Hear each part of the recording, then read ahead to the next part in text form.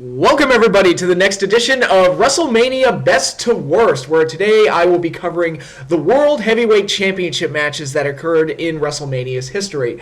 Following the brand extension in 2002, Brock Lesnar, who was at that time the undisputed WWE Champion, became exclusive to the SmackDown brand, which led to Raw General Manager Eric Bischoff creating his own World Heavyweight Championship with a title belt modeled after the famous big gold belt from WCW's history. Although, as I have pointed out in previous videos, the World Heavyweight Championship that was created in 2002 is not the same World Heavyweight Championship as the WCW title. That lineage and that championship was merged into the WWE Championship in 2001 when Chris Jericho won both belts and became the first undisputed champion. The World Heavyweight Championship created in 2002 is a separate lineage, separate history. It's not the same title. Even though they designed the belt to look the same, I'm like, it's not the same championship. It's like, no, it's not. You're wrong. It's a different lineage altogether. And actually, now all three championships have been merged into one. That's the state we're at right now when John Cena and Randy Orton had their TLC match that merged both the World Heavyweight Championship title and the WWE Championship, which also included the WCW World Heavyweight Championship along with that. So you got a bunch of titles merged together for one big lineage. But yeah, the World Heavyweight title was meant to signify or meant to establish that both Raw and SmackDown as separate brands, which feels like that was eons ago, and the brand extension. But it was meant to signify that each brand had its own world champion, and I've argued in the past that I was never really a fan of that. I don't have a problem with the brand extension itself, but the idea of having two world champions under the same WWE flag, to me, really kind of diminished what it meant to be a world champion. I mean, with anything, the more belts you have, the more championships you have, the less it means to actually have one. I actually said that about New Japan when they introduced the never openweight six-man tag team championships. I was like, come on, guys, how many fucking belts do you need? It feels like they have like 40 championships over there, and it's I remember during the Invasion angle, because you had both the WCW titles and the WWE titles, there were belts everywhere, and it felt like if you didn't have a belt, then you were a piece of shit. I was like, there's something wrong with you if you don't have a belt. But it's like everybody had a fucking belt.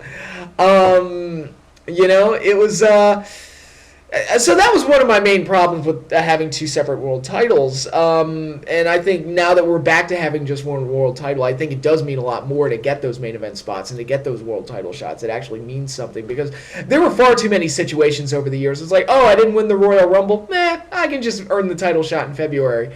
I messed up my chance to go for this belt, because guys would switch brands all the time like it didn't matter. So that was another thing about the brand extension. They never really fully dedicated themselves to it to where it fully worked as being two separate entities. It was really hard to view both brands as two separate entities when they're both under the WWE flag. Now, if they had done it where WCW was run as a separate brand, entirely separate from the WWF, that would have been one thing, but we never quite got to that point. And so yeah, the world title, I was not a fan of it being created. I wasn't a fan of it throughout the years.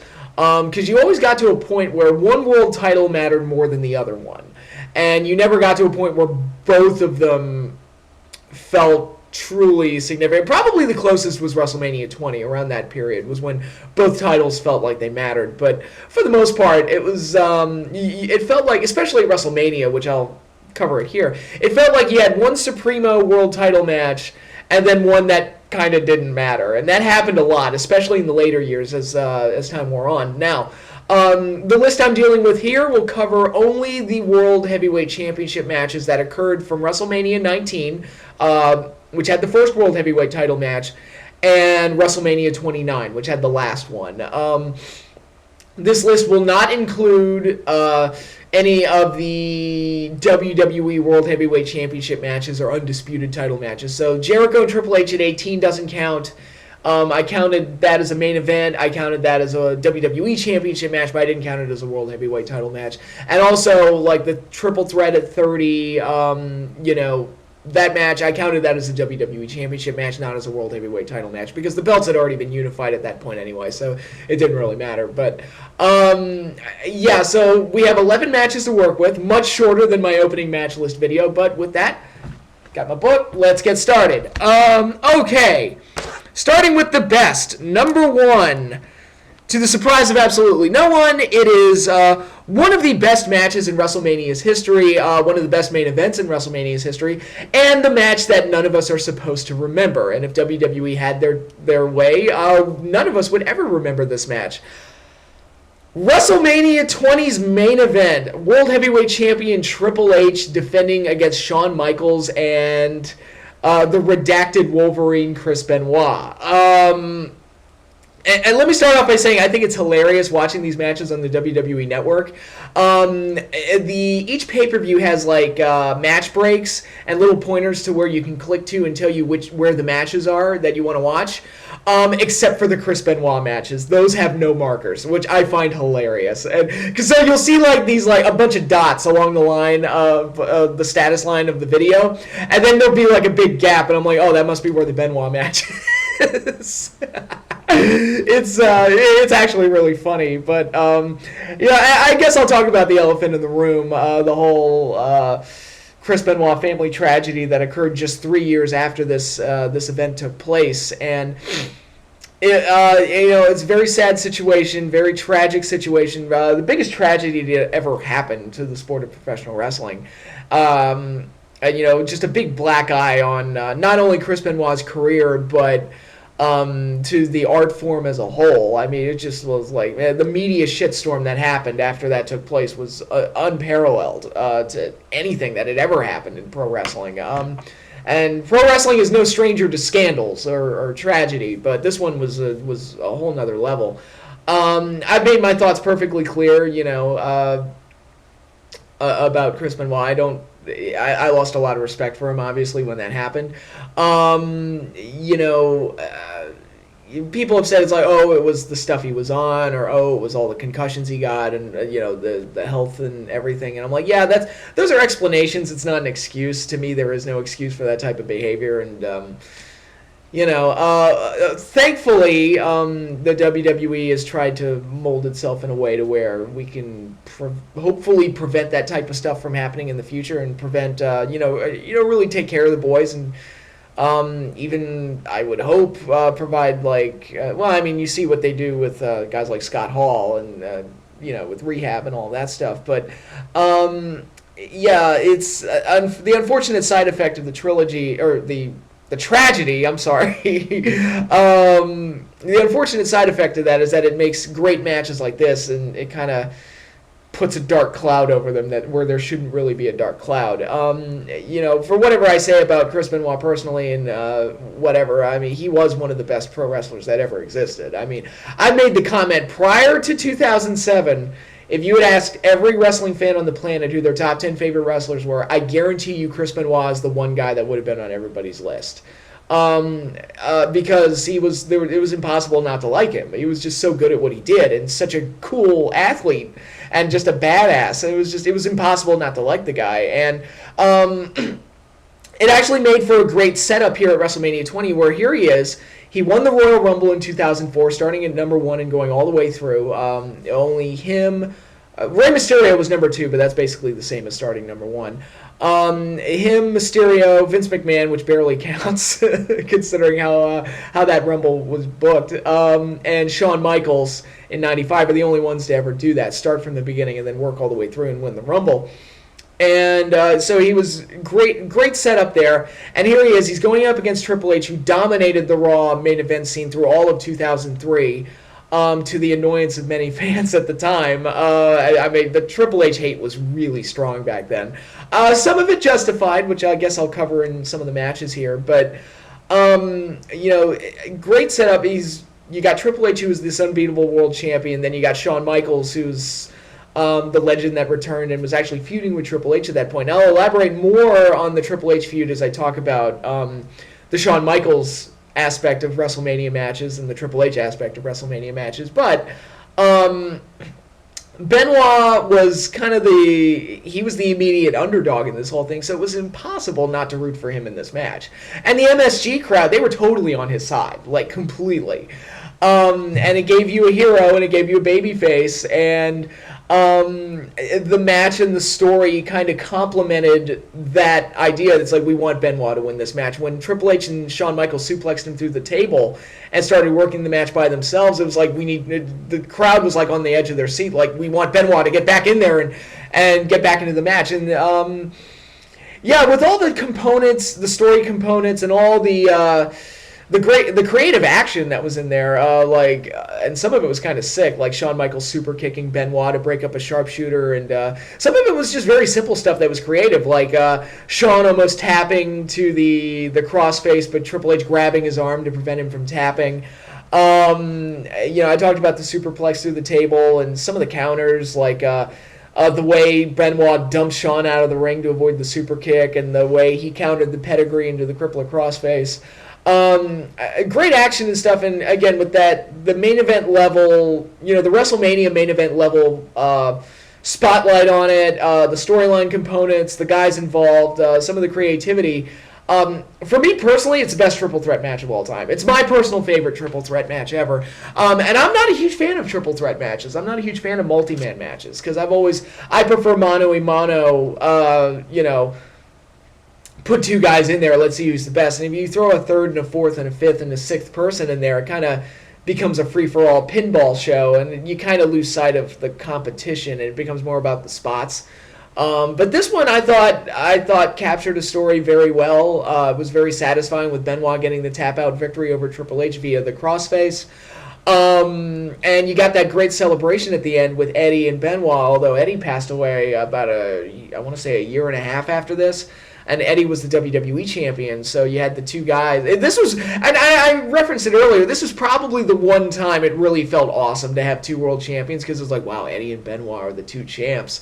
Holy shit, and they're closing out WrestleMania together. It's like, wow, that was awesome. And it felt like a moment. It was one of the best endings to any WrestleMania. And I have to say, Benoit's theme music really kind of complimented the whole thing, too. So yeah, it came off really well. The match was great. The ending was great. Personal tragedies aside, it's one of the best main events in WrestleMania history. And for that, it is the best World Heavyweight Championship match that WrestleMania ever had. So with that, moving on to number 2. Batista defending against The Undertaker at WrestleMania 23. The SmackDown brand at this point didn't really have a whole lot to offer in terms of big highlight matches. I felt like Raw had all the good guys at that point. I mean, they had Edge, Orton, Shawn Michaels, Triple H, John Cena. I mean, it felt like they had all the big stars, and SmackDown didn't have a whole lot to work with. Really, all they had was, I think Rey Mysterio was hurt at this point. They had King Booker, which... Sure. Really, all they had was Undertaker and Batista as far as like big time stars go. So to save this match for WrestleMania and let that be the SmackDown main event of this particular show, it was a good call. It was a good move to do it. And overall, I thought the match turned out very, very well. Batista came across like a legitimate threat to Undertaker, which is hard to do at WrestleMania. And we all knew Taker was going to win, but at the same time, Batista had been built up enough to where you could buy him as like, yeah, he's on Taker's level, at least enough to be worthy of a WrestleMania main event spot. And I thought it was a great title match, great power match between both guys.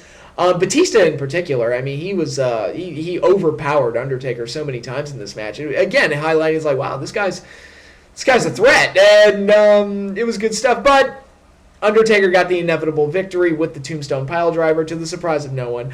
Won World Heavyweight Championship, and what turned out to be one of the better World Heavyweight Championship matches in WrestleMania's history. From there, we move on to another world title match that included The Undertaker. Edge versus Undertaker, Edge being the champion, going into WrestleMania 24. They were the closer that night. And I talked about it in the opening match video. I was really disappointed that they put Edge in the Money in the Bank ladder match the year before.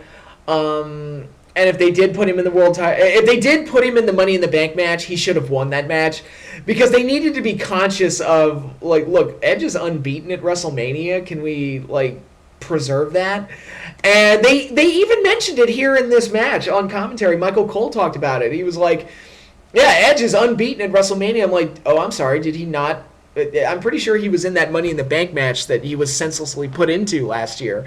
And, you could have had that undefeated versus undefeated tagline to go along with this match, and I think it would have been really cool, because how many guys were 5-0 at WrestleMania? How many guys reached that point? Not many. Austin didn't. Cena didn't. Hogan didn't. It's it's a shame that they didn't say that. And some people have said it's like, oh, well, it was a ladder match. He didn't really get beat in a ladder match where he shared the match with 7 other guys. I'm like, yeah, but did he win? No, then he lost. To me, that's a loss. It's like when TNA said that Samoa Joe was undefeated, and I was like, I'm pretty sure he lost a couple triple threat matches and also an Ultimate X match. And they're like, yeah, but he didn't get pinned or submitted, so he's still unbeaten. I'm like, I'm sorry, did he win those? He actually lost championships in some of those matches. And it's like, dude, he lost. He's not undefeated. I don't care if he took the pin or not. He's a loser. And by having Edge in the Money in the Bank match the year before and not having him win it, they kind of fucked up Edge's undefeated streak at WrestleMania right before he goes up against Taker. But that aside, I thought the match was good. I thought it was never one of my super favorites like it is for a lot of people. I think a lot of people think very highly of this match, but I always enjoyed it. It was nice to see Edge get a main event spot, something that he should have gotten sooner. At least a couple years beforehand, WrestleMania 22, I would say. But overall, I thought that... I thought the match was really good. I thought Edge having a counter for all of Undertaker's stuff was great, because it gave off the impression that Edge had done a ton of tape study on Undertaker and had familiarized himself with all of Undertaker's moves and stuff. So him having counters for the Tombstone and the Chokeslam and what else did he counter? I think the Last Ride at one point, and all sorts of other stuff that Undertaker did that it was like, man, this guy's done a lot of tape study on Taker. And Taker ultimately had to beat him with Hell's Gate, which he had used before this, but not in too many big matches or big situations or that frequently. I think he was just starting to use it regularly. So, in a weird way, it was actually kind of appropriate that Undertaker had to beat Edge with a move that he doesn't normally use. Of course, Undertaker won by submission as well, winning his 3rd world title in WrestleMania's history. That was the closer to the show. And again, Edge losing was a foregone conclusion. I mean, you could tell from the build-up going into WrestleMania, because Edge always got the best of Taker. I'm like, Taker's going to win at Mania. It's so obvious. And to be fair, I mean, they had gotten a year-long build-up out of this. Whether by design or not, I don't know. But, it started when Edge, cashed in his Money in the Bank on Taker right after the cage match with Batista. And he had cost Undertaker the world title a couple of times throughout the year. So it was like Edge was kind of the thorn in Undertaker's side, and it felt like Edge was creating situations to where he would not have to face Undertaker on the path to getting the world title back. And it made for a nice build-up, and ultimately you get this match at WrestleMania, even though it was clear as day that Undertaker was going to win. But yeah, I thought the match was really good. It was never, like I said, it was never one of my favorites, but I thought it was a really good match, really good main event, and a big match for Edge, even though he came up on the losing end, because it's like, yeah, he should have been in this main event spot a couple years ago, but better late than never, I guess. But in any case, that is the number 3 best world title match in WrestleMania's history. Moving right along to number 4 from WrestleMania 22, Kurt Angle defending the championship against Rey Mysterio and Randy Orton, the Legend Killer, in a triple threat match. Now, again, talking about elephants in the room, the big thing I have to talk about here is the build-up to this match, which was downright tasteless. And I normally don't get offended by stuff that happens in wrestling. I understand it's a work. I understand it's a storyline. I'm fully aware of that. But using the death of Eddie Guerrero to put heat on Randy Orton and to give resonance to Rey Mysterio's path to the title was in really, really poor taste. Very poor taste. And actually, it got so bad that And some of you younger fans, you may not remember. I mean, this was 10 years ago, so you may not remember what it was like back then. But people honestly thought that Eddie's death was a work. It got so bad that people started to speculate that Eddie was really alive and he was going to come out at WrestleMania, which, if they'd done that, holy shit. I mean, that would have been the pop of the century, but it's like, oh, you all thought I was dead. I lied! And, Eddie doing his best Cheech Marin impression, which, by the way, Eddie did not sound like that in real life. A lot of people think he did. I'm like, no, Eddie did not talk like that in real life. But anyway... it was so, in poor taste that I was just like, oh my god, this is so uncomfortable to watch. Really, really, really uncomfortable to watch. And I wish they hadn't done it. It was unnecessary. It was unnecessary. And, granted, the SmackDown main event scene was kind of in the shit can at this point because Batista had gotten hurt. Eddie died. Undertaker was working with Mark Henry for some reason. I don't know why that match needed to happen. And Kurt Angle he got moved from Raw to SmackDown just so SmackDown could have somebody to carry the belt because they didn't have anybody else at that point. And really the build-up to WrestleMania was more about Orton and Ray, and Kurt Angle was just the guy holding the belt. And it was because somebody had to hold the belt. And they also did the thing where Ray won the Royal Rumble, and then Orton goaded him into putting up his title shot in the February match. And I'm like, and I always hate when they do that. And not always. Sometimes it works. But here I kind of didn't like it because it's like, well, what was the point of the Royal Rumble if you're just going to have a contenders match in February? And then Orton wins the contenders match. It's like, okay, it's Orton and Angle at WrestleMania. And then Teddy Long comes out the next week on SmackDown. It's like, nah, Rey Mysterio's in the match. It's a triple threat. And it's like, well, what the fuck was the point of the February match then? It's like, come on, guys, you just rendered two pay-per-view contenders matches completely pointless. It's just, we just make up the rules as we go. Fuck it. And so the build-up to this particular match was kind of a bumpy road, shall we say. But I thought the match itself turned out really, really well. It was short but sweet. It wasn't very long. I think it was less than 10 minutes long, but they packed a lot of cool action in there. I remember Angle's double German suplex spot where he suplexed Orton and Ray at the same time. There was that elevated top rope Hurricane Rana spot where Angle elevated Ray and he was able to catch Orton with the top rope Hurricane Rana. Countering the 619 into the ankle lock was pretty cool. It was a very fast-paced, action-packed match from start to finish. That was a lot of fun to watch. Sorry, I'm getting a text. Sorry about that. But anyway, they packed a lot of action into this match, so it was a very fast-paced, fun to watch. The crowd booed Ray, which was, I don't know if that was a side effect of the Eddie exploitation thing that got under a lot of people's skins, or if it was just love for Kurt Angle, because Kurt Angle was clearly the fan favorite in this match. So it kind of put a damper on Rey Mysterio's title win that the crowd was booing him so much. And he actually got the pin on Orton with the West Coast Pop after the 619. And poor Angle, it's like he wasn't involved in the decision, and he got 2 tap outs earlier in the match that the referee didn't see. So it's like, man, Angle really got hosed. But but in any case, for a simple action-packed triple threat, it was fine. It was fun.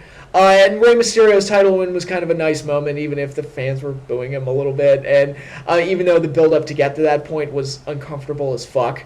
But overall, it was a nice action-packed triple threat, and way better than this WrestleMania's WWE Championship match, which, oh boy, am I going to cover that one again. I actually have to cover that one 3 times, because it's a Triple H match, it's a WWE title match, and it's a main event. Because fuck me, right? But in any case, number 4, the triple threat from 22. Number 5, the very first World Heavyweight Championship match in WrestleMania's history, Triple H versus Booker T from WrestleMania 19.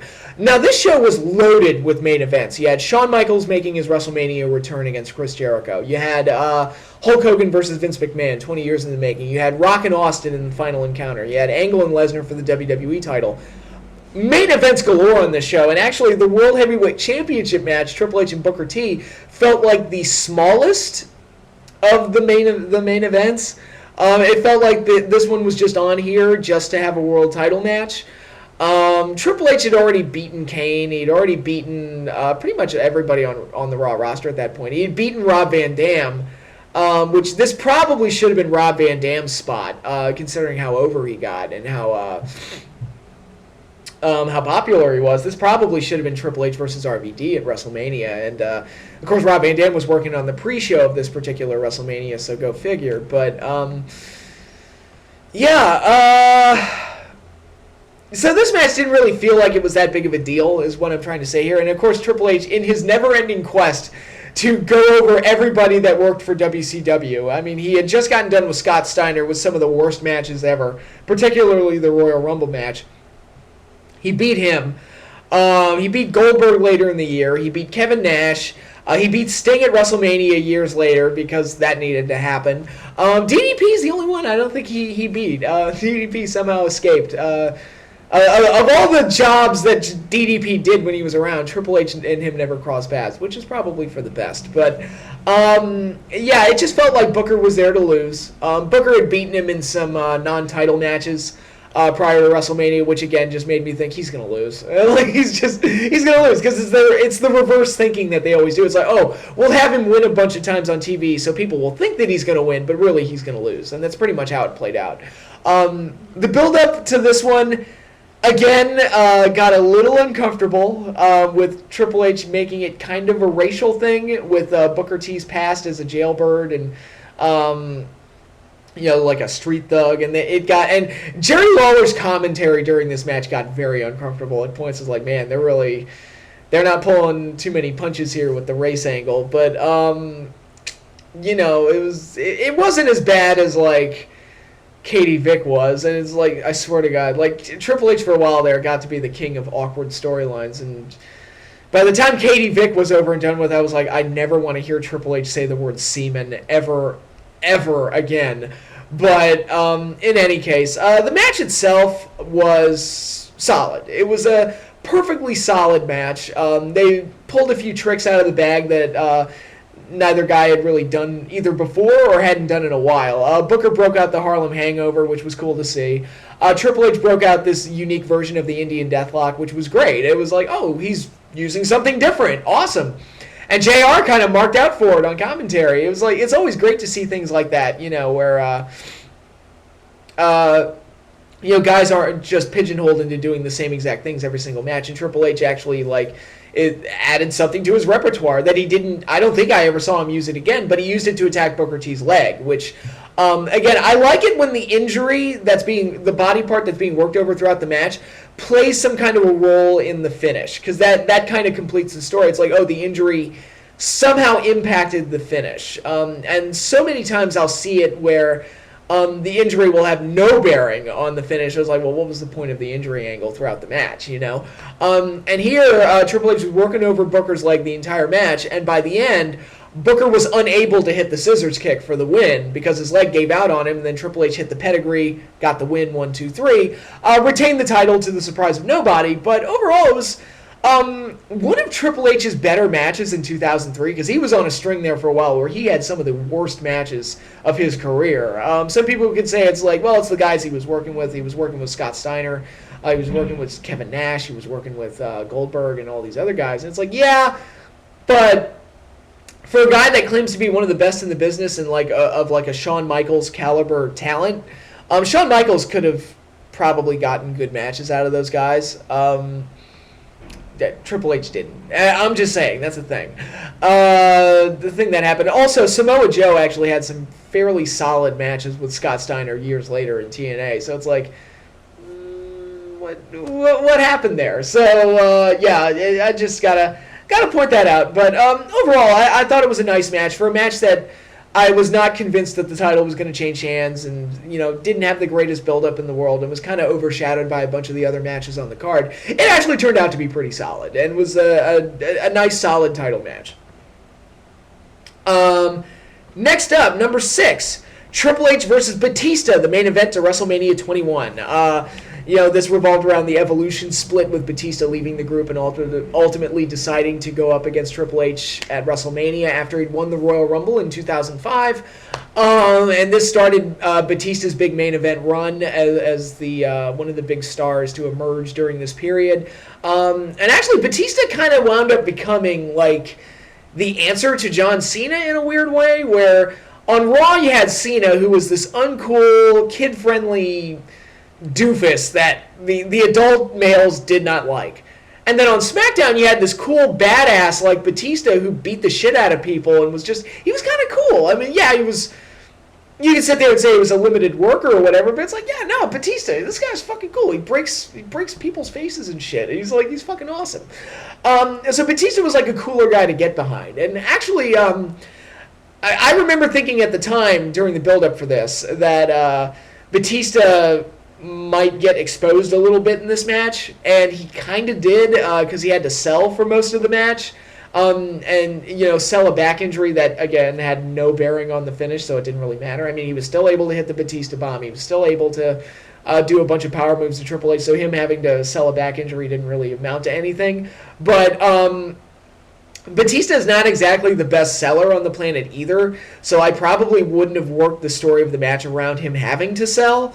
Probably the template I would have used to book this match would have been Hogan-Goldberg from that Nitro where Goldberg won the title, where the heel is just backpedaling the entire time, just backpedaling, because the babyface is too strong and too powerful, so the heat comes from the heel having to run away and be sneaky and do that type of stuff. I thought Christian and Samoa Joe, to use another TNA example, I thought Christian and Samoa Joe kind of had that down to a science and did a really good job with it.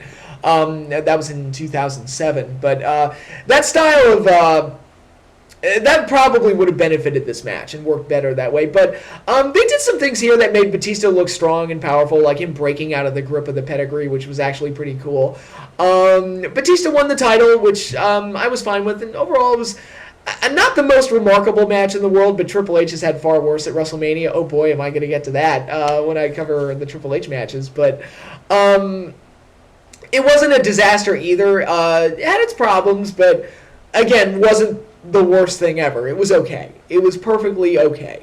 And in some ways inoffensive too. So, as far as World Heavyweight title matches go at WrestleMania, it could have been a lot worse, but it probably could have been a lot better too. So it's nice middle of the road for this list. Kind of perfect for that. But moving right along to the next one, another triple threat match at WrestleMania 25.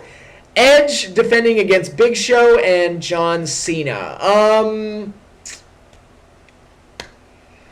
I hated the build-up to this, like, so much. I hated the build-up so fucking much. Because they did the love triangle with Edge, Vicky, and Big Show, which resulted in some of the worst television I've ever seen on the road to WrestleMania. It was fucking putrid. And it was rendered completely pointless because Vicky had no bearing on the match.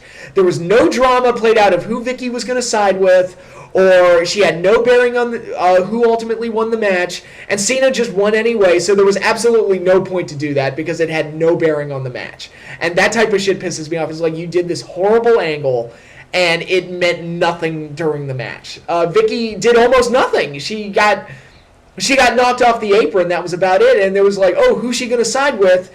And it didn't matter because she didn't do anything and didn't make a decision during the match, and I don't even remember how the angle played out. I think they just kind of dropped it. But it's like, why did you do that shitty bullshit love triangle angle and not have it play out in the match? I mean, you've already gone down the well at this point, so you might as well do the payoff.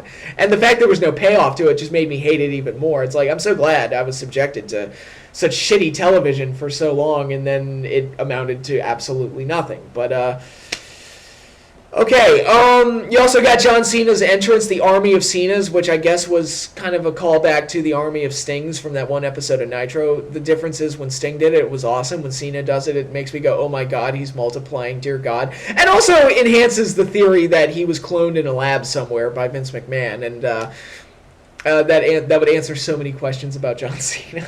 But, in any case, I'm not too big a fan of this match, but it has, and I'm not blaming the guys. I'm not blaming Edge. I'm not blaming Big Show. I'm not blaming John Cena. What it comes down to is that Dramatically, the match was off because the storyline going into the match didn't have any kind of a payoff, so there was no drama. I had no reason to care who won because the storyline sucked so bad. I literally did not give a shit who walked out with the belt. Even Edge. It was like, if I had my druthers, I would have picked Edge just because it's like, I would hate for him to lose the belt under this shitty storyline. That would be stupid. But, and of course, I also have to point out, it's like, oh, Edge and Cena are in a world title match at WrestleMania. You're about 3 years too late for that one, but should have happened in 22. But in any case, the effort was there. There was some cool action there. The double AA spot that they almost did with Cena picking up both Big Show and Edge. They crashed through the barricade at one point. So the effort was there, the action was there, it just wasn't complemented by drama and context, and that was what was missing. And because of that, this match has largely become forgotten, and with good reason, because when the storyline sucks, people are just not going to care. It also didn't help that this match also had to follow Undertaker and Shawn Michaels, but they did a better job of it than the main event of this show, which again, I'll get there when I get there. I'm covering that match 3 times too. Hey, hey. But it should have been worse than it is. Again, I think the effort of the guys kind of elevated it beyond being one of the worst, but it's not one of my favorites either. It was just, I wish this match had not happened. But in any case, it goes downhill from there, believe it or not. WrestleMania 27, Edge versus Alberto Del Rio. I talked about this match when I talked about opening matches, and I guess that's a unique part of the world title's history at WrestleMania, is that unlike the WWE title, it was all over the card. It was at the middle of the show, it was at the end of the show, it was at the start of the show. It was very versatile, to put a positive spin on it, in terms of how it could be utilized at WrestleMania, but putting the World Heavyweight Championship in the opening match really kind of heightened this belt really doesn't matter anymore. This championship really doesn't matter. Can we stop, can we just stop pretending like it's a big deal and just kind of unify the belts already?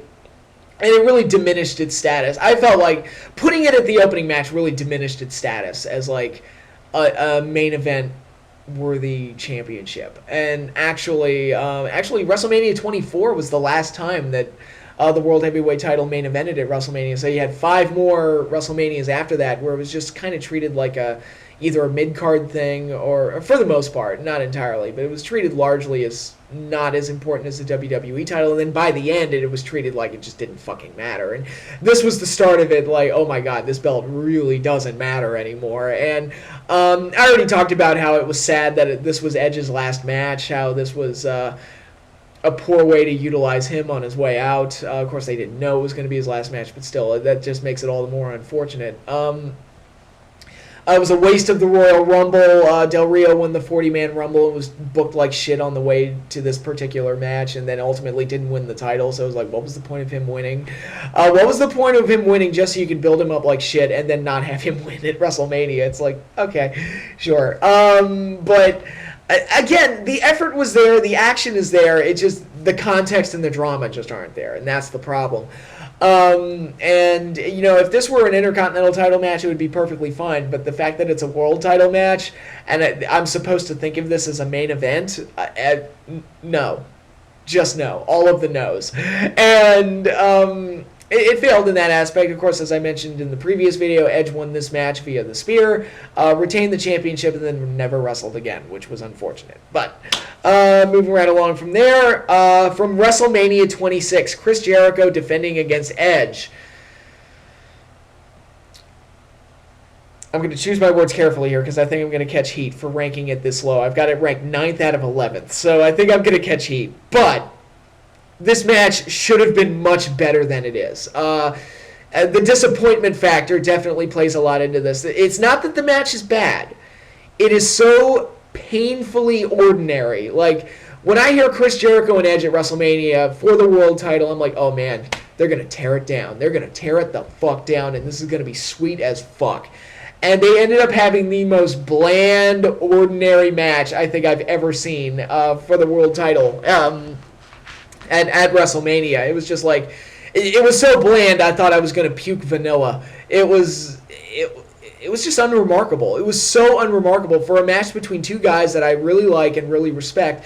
Had the build-up with Edge getting hurt when they were tag partners, and then Jericho dumping him for Big Show to form Jericho.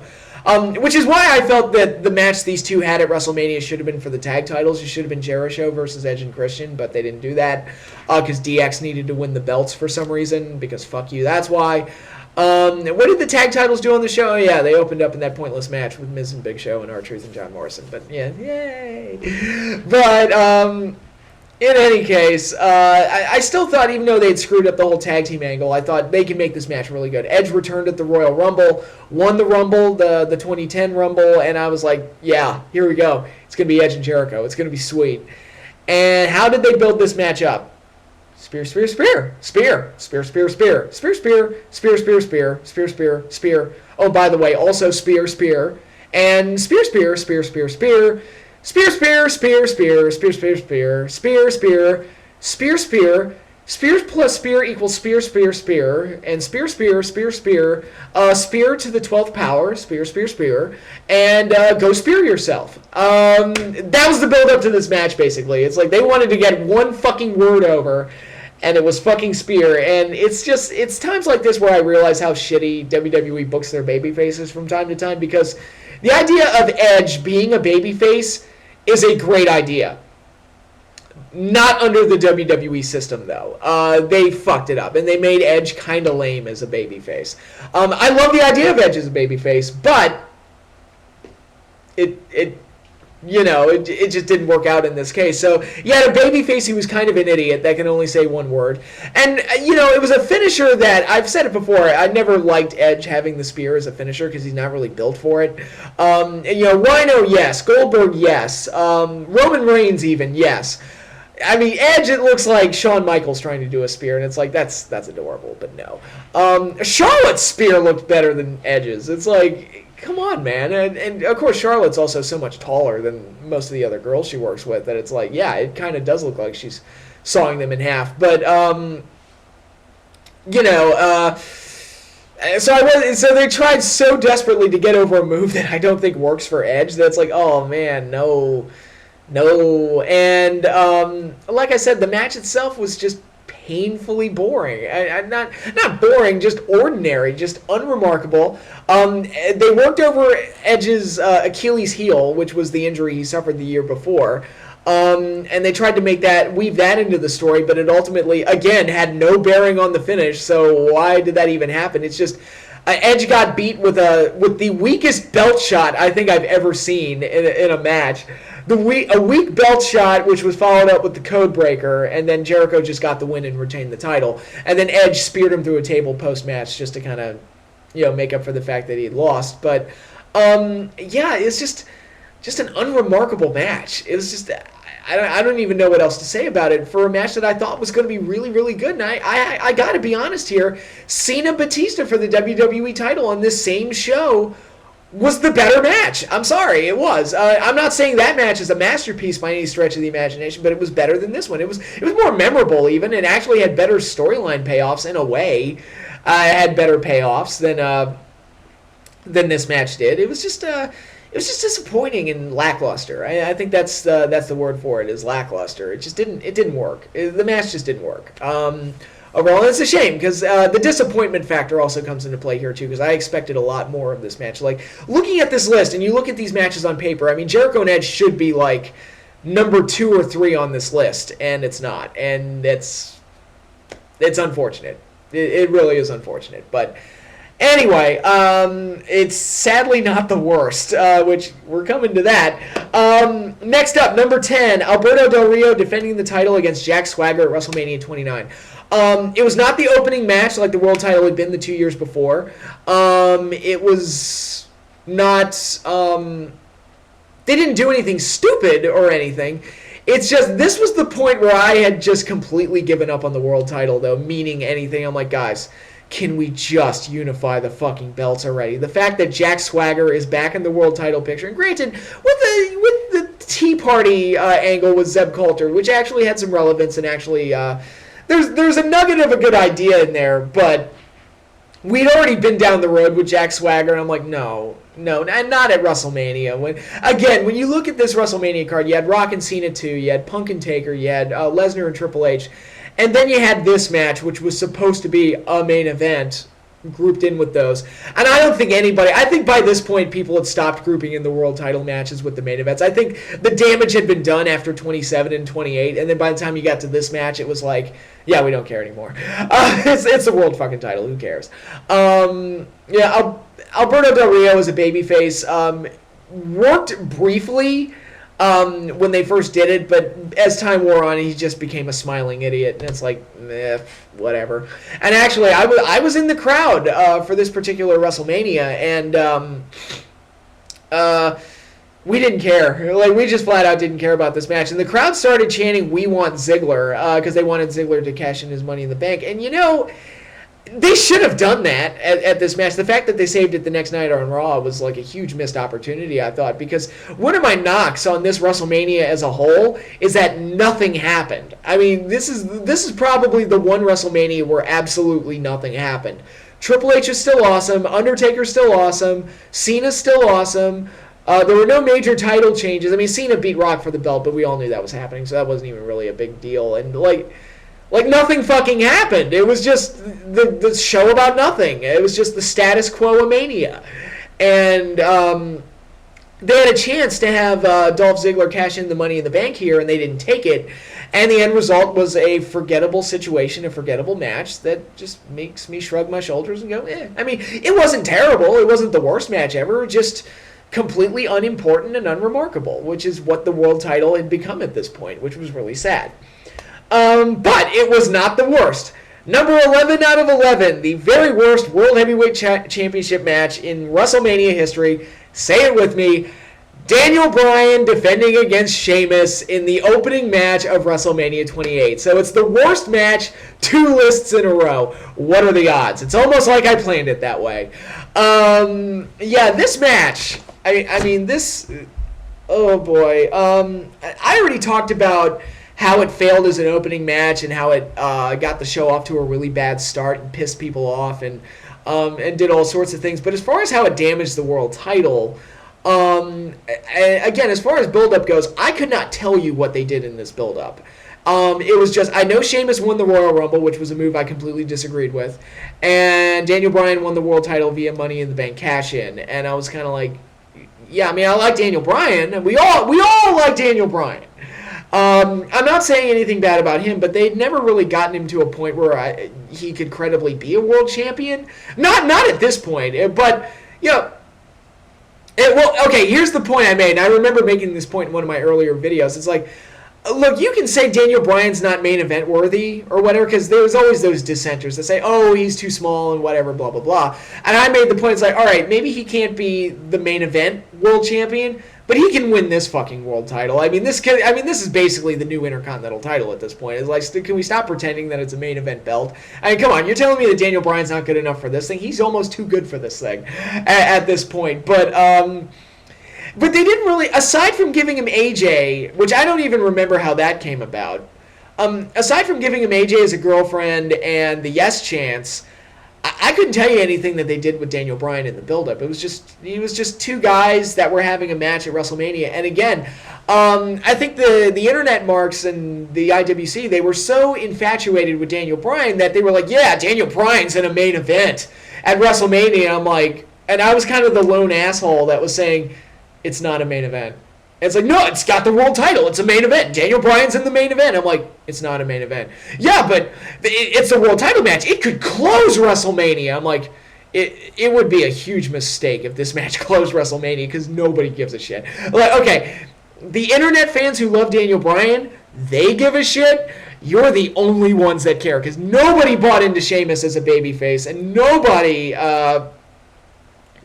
nobody cared about this match, and I don't think anybody was overly invested in the world title at this point. All this match had going for it was that, hey, isn't Daniel Bryan awesome? And even though they're not giving him much to work with, isn't he great? That's really all this match had going for it. And there's somebody in the WWE who is dying to get a real Sheamus-Daniel Bryan match at WrestleMania. That will never happen. Because they got booked at 27 for the U.S. title and then got bumped to the pre-show. They got booked in this match, and we all know what happened here. And then there were rumors for years. It was a rumored match for WrestleMania 30, and I'm like, who the fuck wants to see this match so bad that it keeps getting rumored and put on WrestleMania cards and then get yanked at the last second, which, granted, nobody really wants this match, but... Although I will say the match they had a month later at Extreme Rules was much better. Again, not the greatest match in the world, but it was a match. It was solid. It was perfectly fine. And probably should have been the match that they had at this show, but no. We all know what happened. Sheamus beat him with the Brogue Kick in 17 seconds or 18 seconds or whatever the fuck it was, and everybody gets pissed. And this was so damaging to the status of the world title because it made the title holder look like a joke. It made it feel like WWE didn't care enough to really put enough into the world title match to make it matter. It confirmed to me, okay, when I was the lone asshole saying this match doesn't matter, this match basically confirmed that WWE agreed that the match didn't matter, and that this belt doesn't matter, and this championship doesn't matter. And, yeah, it's you saw the effect that this match had a year later at WrestleMania 29 when nobody cared about Del Rio and Swagger. Just nobody cared. And they never really did anything to really rebuild the championship in any kind of meaningful way. The best thing they did was unifying the belts. And I've said that before. I'll say it again. It's great having just one world champion in the WWE. Even though they may do stupid things with that championship, at least it means more when somebody actually has it. And I'm not sad to see the World Championship go, but with 11 matches over the course of a decade, you know, it did it did play a role at WrestleMania. It was a recurring factor of WrestleMania, and to be fair, there were some good matches and moments out of it. The triple threat at 20 was one of the best in WrestleMania's history. Batista and Undertaker was a big match. Edge and Undertaker was a great match. Eddie's exploitation aside, the three-way at 22 was very good. You know, it's so it had its moments. It's kind of like, it's one of those things where it's like, overall, I don't look back on the existence of the World Heavyweight Championship with too much fondness, but it had its moments, and it was cool to come on here, do the best to worst list, highlight the bad things, but also talk about the good things as well. But that is all I have for this particular list. Hope you all enjoyed it, and I will be back next time in this particular series with WrestleMania's best to worst, where I talk about the ladder matches in WrestleMania's history. So stay tuned for that, and I will see you all later.